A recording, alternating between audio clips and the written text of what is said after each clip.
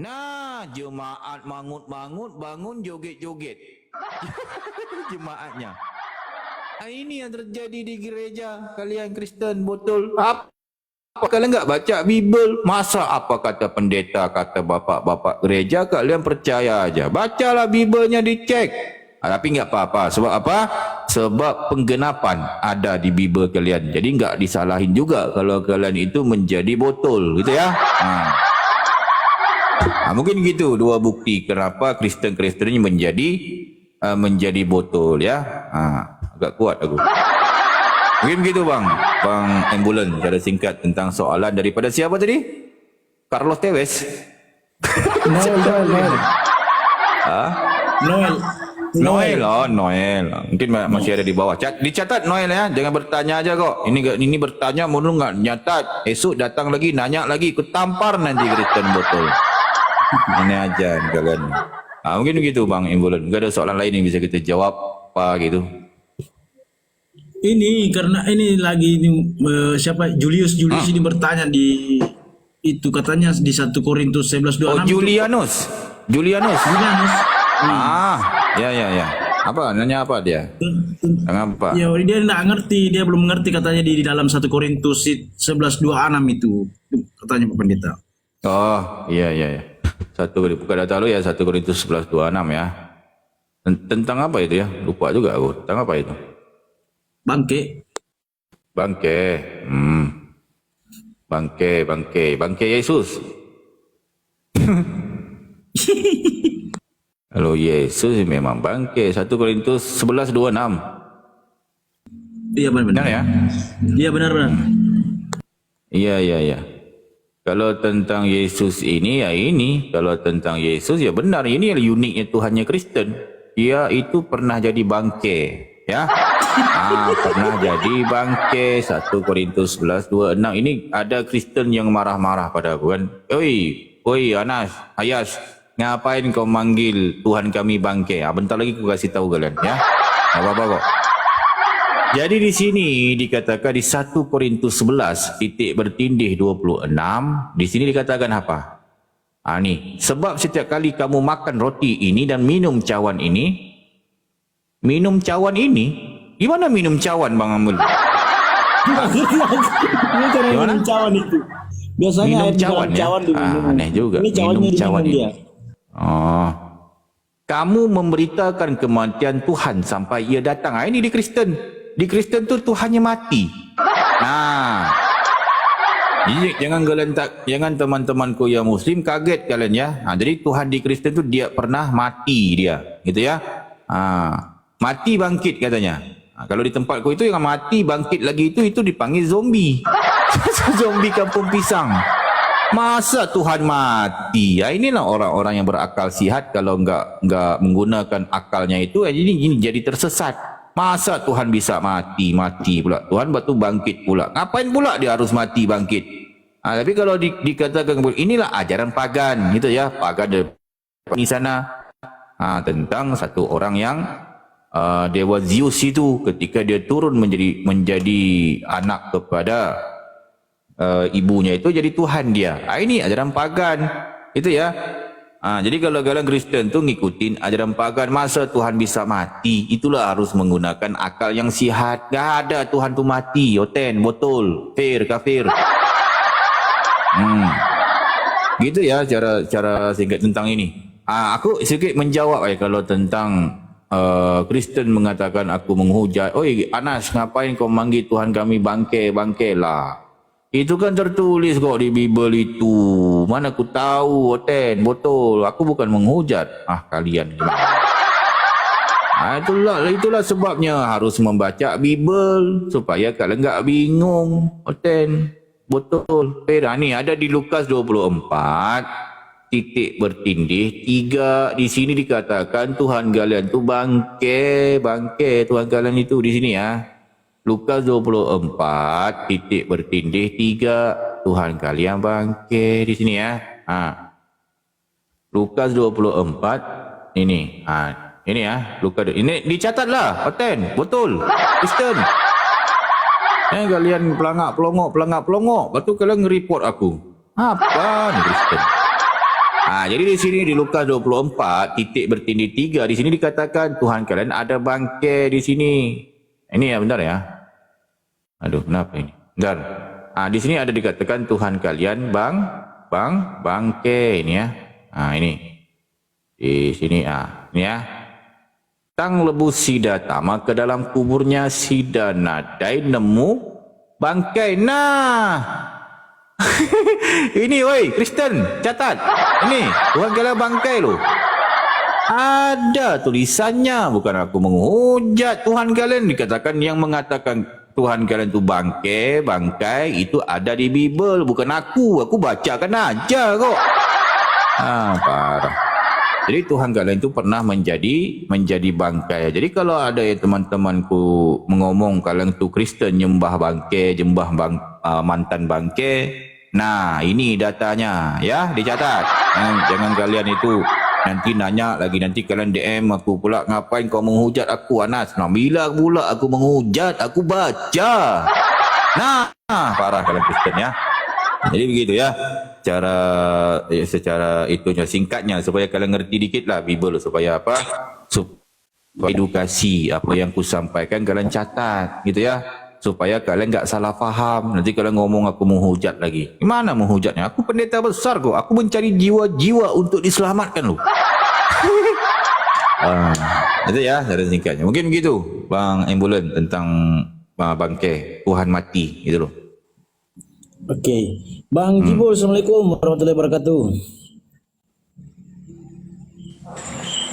Assalamualaikum warahmatullahi wabarakatuh, pendeta besar. Waalaikumsalam warahmatullahi wabarakatuh, Bang Jibul. Gimana ini hari Bang Jibul? Pelayanannya yang bagus? Pelayanan agak kacau nih. Kacau ya? Aduh, parah ya. Perpuluhan Ya, kurang berapa? ini pendeta besar. Perpuluhan agak kurang ini perpuluhan. Nah, itu dia. Mungkin di mereka lah, tapi aku sebagai seorang pendeta besar ya tak perlu, aku gratis aku biasanya. Itu hari ada yang jemaat nawarin aku banyak juga sih, aku nolak sih. Tapi ini ada satu soalan ya, bisa ya aku jawab. Ini udah lama juga ingin aku bahas. Kemarin aku mau bahas ini sih sebenarnya, cumanya di komalnya kemarin siapa ya, gak bisa aku sebab di situ mungkin ada sedikit ini ya. Jadi bisa gak aku jelasin di sini sedikit ya Bang Ambulan ya. Ini tentang soal izin ya Bang Jibul ya. Lanjut. Ini satu soalan tentang mereka Kristen ngomong pada aku di DM aku, di WA aku gitu ya. Oi Anas, ngapain kau menghujat mengatakan Tuhan kami nyolong keledai?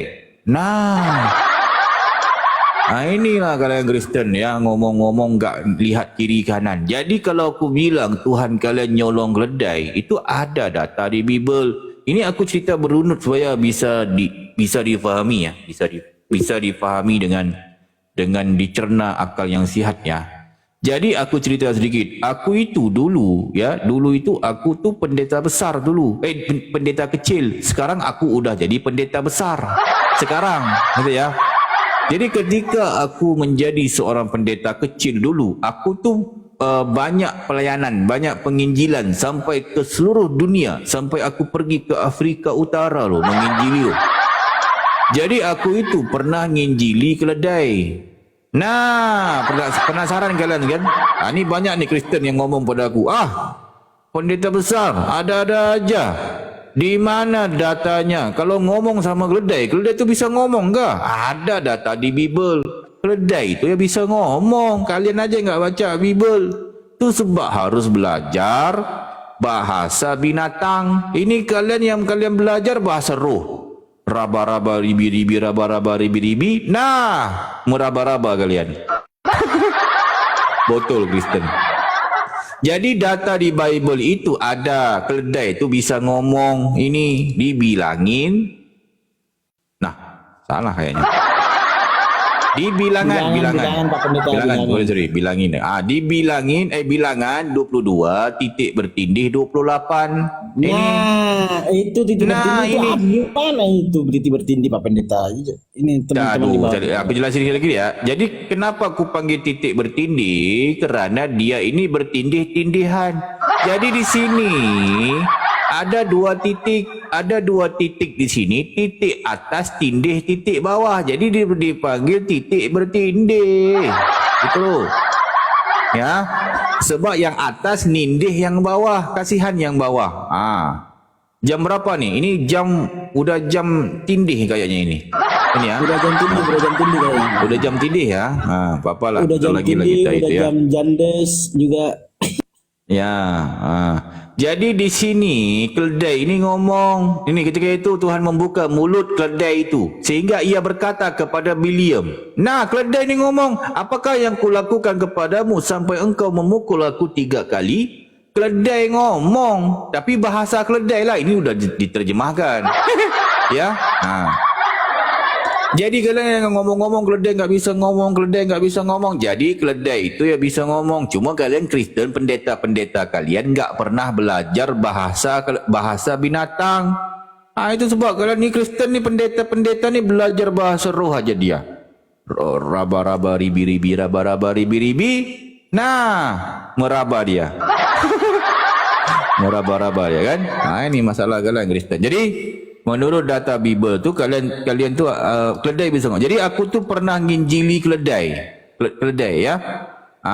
Ini nanya lagi bang ambulan. Dia nanya lagi pada aku. Oi, pendeta besar. Di mana datanya di Bible tu nginjili keledai? Nah, berarti dia enggak baca Bible. Ya kan? Jadi menurut data Bible ada suatu perintah Yesus, kalian Kristen, ini amanat agung. Masa kalian enggak baca Bible? Jadi di Bible ini ada suatu perintah Yesus nginjili keledai. Betul? Ya. Di sini ada suatu perintah ini. Lalu ia berkata kepada mereka. Ia berkata siapa? Ya Yesus. Yesus bilang apa? Pergilah ke seluruh dunia. Beritakanlah Bible kepada segala makhluk. Nah. Jadi makhluk ini apa? Makhluk ini adalah termasuk keledai. Monyet juga makhluk. Jadi salah aku nginjili keledai? Enggak salah lah, Ten. Betul, Kristen. Jadi aku itu nginjili keledai mengikuti perintah Yesus. Jadi aku nginjili keledai. Jadi aku tu pernah nginjili keledai ya. Tetapi ketika aku nginjili keledai itu curhat pada aku bang. Keledai itu curhat pada aku. Oh, pendeta besar. Sampai nangis keledai itu. Nangis keledai kan. Oh, pendeta besar. Kami ini udah enggak banyak katanya. Keledai udah enggak banyak bang. Keledai udah enggak banyak. Kerana di zaman Yesus itu di zaman Yesus banyak nenek moyang kami yang hilang sehingga ditemui katanya gitu kan. Sehingga enggak ditemui lagi katanya. Jadi banyak di zaman Yesus itu keledai itu banyak yang hilang. Jadi keledai ini minta tolonglah sama aku. Oi pendeta besar, tolonglah cari kenapa di zaman Yesus itu nenek moyang kami banyak yang hilang. Keledai curhat pada aku bang. Jadi aku kan mengambil inisiatif bang ya. Aku kan mencari tahu, nanya kepada seluruh pendeta, satu pun enggak bisa jawab. Pendeta-pendeta di seluruh dunia enggak bisa jawab. Jadi aku mencari satu inisiatif, mencari sendiri bang. Jadi aku baca Bible, terlihat di Bible ini Yesus nyolong keledai. Nah, Yesus nyolong keledai. Rupanya ini kufikir mungkin disebabkan ini keledai di zaman Yesus itu banyak yang hilang. Rupa-rupanya keledai banyak yang dicuri oleh Yesus. Ini parah ini. Ini kalau kadang-kadang Kristen bertanya lagi padaku, "No, di mana Yesus nyolong keledai? Yesus nyolong keledai." Lah ini sebentar aku bacakan ini. Ini ya. Di sini kita bacakan ya. Ini, jadi jangan kalian ngomong aku menghujat, aku apa gitu, enggak bisa ya. Jadi di Matius 21, slow-slow bisa ya Bang Bulan ya. Aku enggak ini malah nyari akun. Slow. Ya itu. Jadi di Matius 21 titik bertindih 1 kurang 11, di sini dikatakan apa? Slow-slow kita baca. Ketika Yesus dan murid-muridnya telah dekat Yerusalem dan tiba di Bethphage yang terletak di Bukit Zaitun, Yesus menyuruh 2 orang muridnya. Nah, ini aku analogi. Biasa aku sampaikan kepada khotbah aku. Dalam khotbah aku sampaikan analogi. Analogi yang gampang difahami. Ini kisah ini ada 3 orang preman. Ya. Ini ada 3 orang preman. Ya. Ketua premannya siapa? Ketua premannya Yesus. Ketua premannya Yesus ini. Yesus ini sebagai seorang ketua, dia ada 2 orang anak buah. Ini yang dia berpesan. Yesus menyuruh 2 orang anak buahnya. Ini anak murid, analogi anak buahnya ya. Jadi ketua preman ini berpesan kepada 2 orang anak buahnya. Nah. Jadi siapa dulu bang? Kalau ini di itu dulu. Malas aku nyari-nyari akun sakit kepala aku. Di siapa dulu itu? Oke, selamat malam Bro Pandiangan. Malam. Oh Pandiangan. Masih udah sehat? Pandiangan biasa. Ditanya masih Kristen kita Gimana? Masih Kristen? Masih pendeta. Masih kamu masih Kristen Pandian? Up to you. Mikir dia. Karena Kristen ini mana ya? Mungkin udah, mungkin abang ini udah terguncang juga kayaknya ya, bang bro ya sekarang. Coba gimana? Kalau biasa kan kalau Islam itu ya, kalau Islam itu ditanya, kamu agamanya apa? Islam, masih Islam, sampai mati ku Islam, gitu kan? Semangat dia, Islam tuh semangat, berbangga dengan Islam. Ini kalau Kristen ditanya, kamu masih Kristen? Pelangak pelongo, Kristen. Bapak mungkin udah tergoncang juga gitu ya. Mungkin bang bro gitu ya. Jadi bisa aku lanjutkan sedikit ya. Slow aja ya bisa ya, bang. Ya, ntar, turun dulu ntar ada keluarga datang. Oh iya gitu. Oke. Dia habis ini jangan report aku ya udah. Malas aku nyari. Jadi aku lanjut sedikit ya. Jadi menurut data ini, analogi yang gampang ku fahami, yang gampang aku memberi pemahaman kepada kalian Kristen ya. Di sini ada 3 orang preman. Ketua premannya Yesus ini. Yesus ini berpesan kepada 2 orang anak buahnya. Gitu kan? Apa pesannya? Dengan pesan. Nah, ketua preman yang bernama Yesus ini berpesan kepada 2 orang anak buahnya, nih pesannya. Pergilah ke kampung yang di depanmu itu, dan di situ kamu akan segera menemukan seekor keledai betina. Nah, ini Oten, catat loh. Oten, betul. Jadi di sini ada satu perintah Yesus. Perintah Yesus itu apa? Ada keledai betina. Disuruhnya Yesus itu 2 orang anak buahnya ini nyolong keledai itu. Ini aku pernah tanyakan kepada seorang uskup ya, uskup agung di Vatikan. Aku nanya dia, uskup, ini kenapa keledai betina, enggak keledai jantan? No, uskup agung pelangak pelongok bang, enggak bisa jawab bang, dia bang. Dia enggak bisa jawab dia, pelangak pelongok enggak bisa jawab, nyari-nyari di Bible enggak ketemu. Nah, nangis bang di pojokan bang, nangis dia, uskup itu, enggak bisa jawab dia, kan? Tapi enggak apa-apa lah, aku enggak mau membahas ini. Keledai betina tertambat dan anaknya ada dekatnya, berarti keledai ini ada pemiliknya ya, sebab dia tertambat. Kalau keledai ini enggak tertambat, berarti dia keledai liar kan? Tetapi ini keledai ini tertambat, ada pemiliknya. Assalamualaikum. Waalaikumsalam warahmatullahi wabarakatuh. Calon. Dan pesan Yesus kepada 2 orang anak buahnya, lepaskanlah keledai itu dan bawalah keduanya kepadaku. Nah, di sini ada satu perintah Yesus berpesan kepada 2 orang anak buahnya melepaskan keledai itu dan bawa kepada dia ini. Untuk apa? Nanti ku jelasin ya, jangan penasaran ya. Itu ya. Dan jikalau ada orang menegur kamu, ya ini yang aku bilang tadi, Yesus dan 2 orang anak buah ini berkomplotan untuk nyolong keledai itu. Itu ya. Kerana apa aku bilang dia nyolong? nyolong. Kerana ini Kristen ni banyak yang marah-marah aku ni, Kristen pendeta. Kemarin ada seorang pendeta botol ini marah aku kan. Oi Anas, di mana itu Yesus yang itu nyolong keledai lah? Ini aku bilang ni kalau aku nanya lah pada kalian Kristen ya. Jika ngambil hak milik orang lain itu harus minta dulu baru ataupun ngambil dulu? Harus minta dulu lah. Kalau ngambil dulu baru udah terpergok diugutnya orang itu namanya nyolong. Itu perampokan berencana. Gitu loh. Ini aku bilang kan ya. Dan jikalau ada orang menegur kamu, nah ini jikalau, harusnya sumber pesan minta izin dululah kepada pemiliknya. Ini ada pemilik loh, keledai ini tertambat loh, ada pemiliknya. Jadi pesanlah dulu, harus minta dulu gimana ini harus terus lepaskan. Dan jikalau udah terpergok baru ngomong.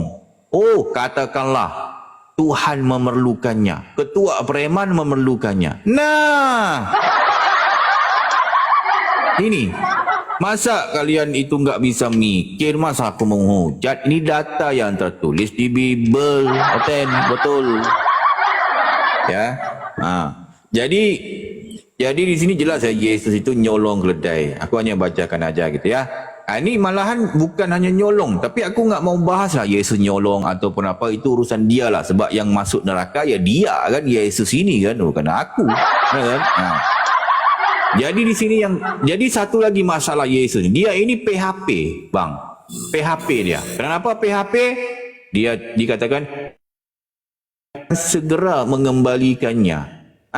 Ini PHP dia. PHP itu pemberi harapan palsu.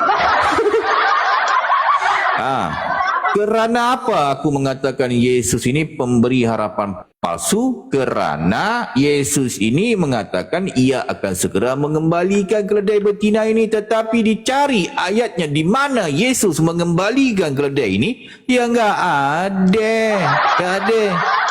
Gitu loh.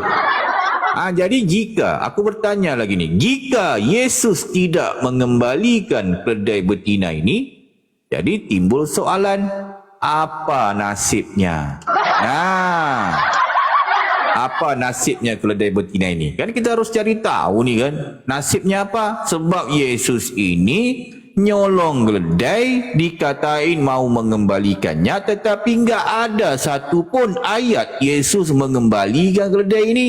Udah nyolong orang punya, udah diugutnya pemiliknya, ngomong mau mengembalikan enggak ada.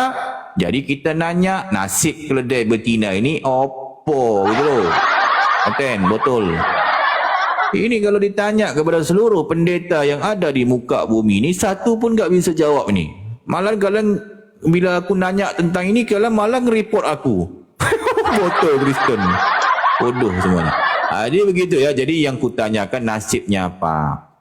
Jadi aku mengambil masa hampir 1 tahun loh bang. Mengambil masa hampir 1 tahun mencari jawapan hasil daripada penyelidikan aku itu.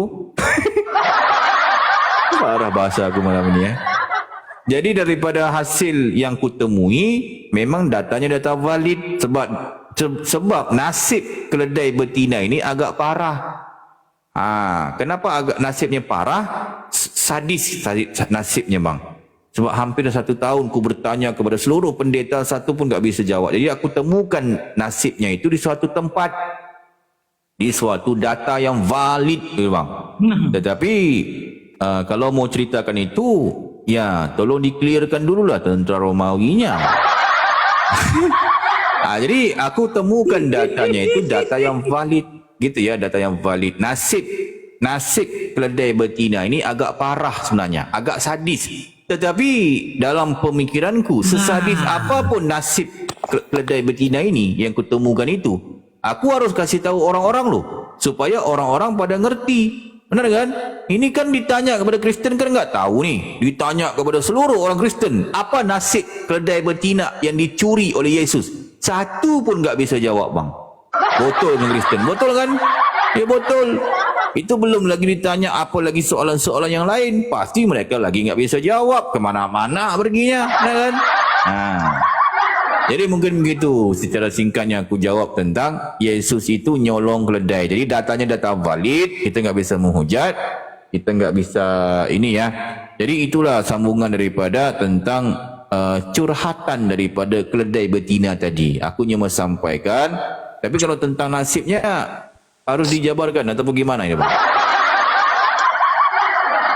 Pak, ini kan Mungkin penasaran, bentar orang-orang aja. penasaran ya. Mungkin yang di bawah mau tahu gak nasibnya itu apa? jamnya. Nasibnya. Hah? Ganti Nasibnya profil gimana? daripada Mungkin ganti yang di profil. bawah tolong di typing teman-temanku. Mau tahu nggak nasibnya apa? Nasib.